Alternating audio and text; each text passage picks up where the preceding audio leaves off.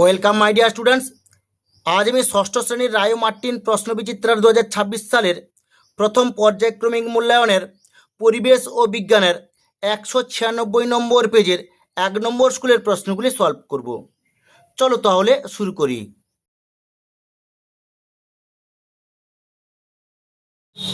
Class 6-এর রায় ও Martin প্রশ্নবিচিত্রার পরিবেশ ও বিজ্ঞানের প্রথম পর্যায়ক্রমিক মূল্যায়নের 1 নম্বর স্কুলের একের দিকে আছে সঠিক উত্তরটি নির্বাচন করো। একের দাগ কুইনাইন পাওয়া যায়, এর উত্তরটা হবে এ। একের দুইয়ের দাগ ইস্ট হলো এক ধরনের, এর উত্তরটা হবে এ। একের তিনের দাগ জল তৈরি হয়, এর উত্তরটা হবে ডি। একের চারের দাগ বায়ু হলো এক ধরনের, এর উত্তরটা হবে সি। একের পাঁচের দাগ সোডিয়ামের চিহ্ন হলো, এর উত্তরটা হবে ডি। দুইয়ের দাগ শূন্যস্থান পূরণ করো। দুইয়ের একের দাগ চুম্বক ড্যাশকে আকর্ষণ করে, এর উত্তরটা হবে লোহাকে আকর্ষণ করে। দুইয়ের দাগ জলের একটি অণুতে হাইড্রোজেন পরমাণুর সংখ্যা ড্যাশ, এর উত্তরটা হবে 2টি। দুইয়ের তিনের দাগ কোনো পদার্থকে গুঁড়ো করলে ওই পদার্থের ক্ষেত্রফলের ড্যাশ ঘটে, এর উত্তরটা হবে বৃদ্ধি ঘটে।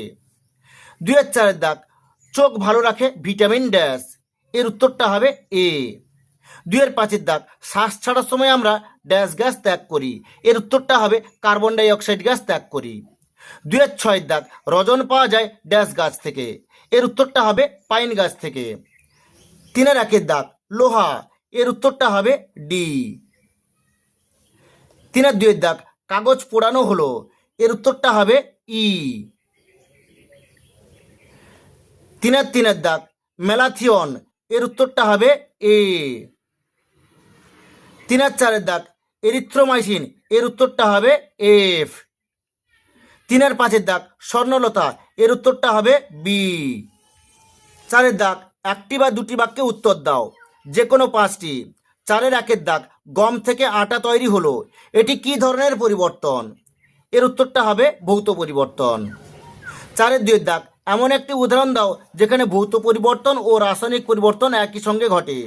এই প্রশ্নের উত্তরটি তোমাদের পাঠ্য বইয়ের 36 নম্বর পেজে, তোমরা এখান থেকে এইটুকু লিখে নেবে।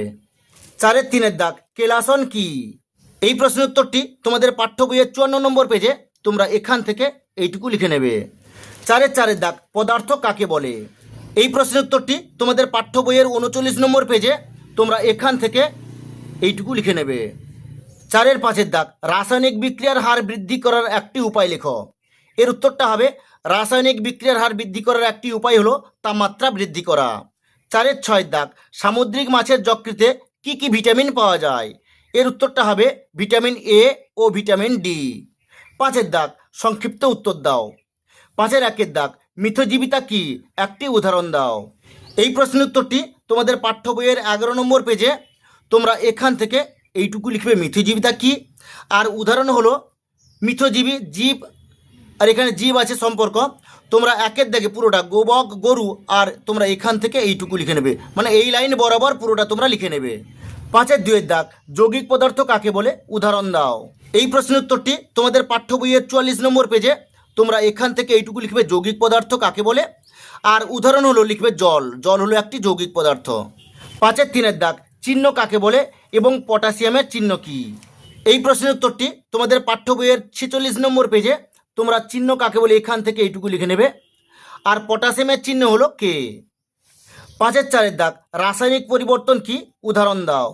এই প্রশ্নের উত্তরটি তোমাদের পাঠ্য বইয়ের 31 নম্বর পেজে, তোমরা এখান থেকে এইটুকু লিখে নেবে রাসায়নিক পরিবর্তন। আর উদাহরণটা তোমরা লিখবে পুড়ে যাওয়া হলো রাসায়নিক পরিবর্তন যেখানে তাপ উৎপন্ন হয়, কার্ড অক্সিজেনে পুড়ে তাপ উৎপন্ন করে, এটা হলো রাসায়নিক পরিবর্তনের একটি উদাহরণ। পাঁচের দাগ তোমাকে বালি ও লোহার মিশ্রণ দেওয়া হলো, তুমি এই দুটি উপাদানকে পৃথক করবে কিভাবে, এর উত্তরটা তোমরা লিখবে একটি চুম্বক নিয়ে বালি ও লোহার মিশ্রণের উপর ছোঁয়া দিলে লোহার গুঁড়োগুলো চুম্বকের গায়ে আটকে যাবে এবং বালি নিচে পড়ে থাকবে, এইভাবে আলাদা করা হয়, এটা তোমরা লিখে নেবে। পাঁচের ছয়ের দাগ ধাতু কাকে বলে, একটি তরল ধাতুর নাম লেখো। এই প্রশ্নের উত্তরটি তোমাদের পাঠ্য বইয়ের 39 নম্বর পেজে, তোমরা এখান থেকে লিখবে যে আঘাত করলে ঠং করে শব্দ হয়, বাঁকানো যায় ও পাতলা পাতে পরিণত হয়, একে ধাতু বলে। আর একটি তরল ধাতুর নাম হলো পারদ। ঠিক আছে, আজ এই পর্যন্ত। নেক্সট ভিডিওতে আমি 2 নম্বর স্কুলের প্রশ্নগুলি সলভ করব।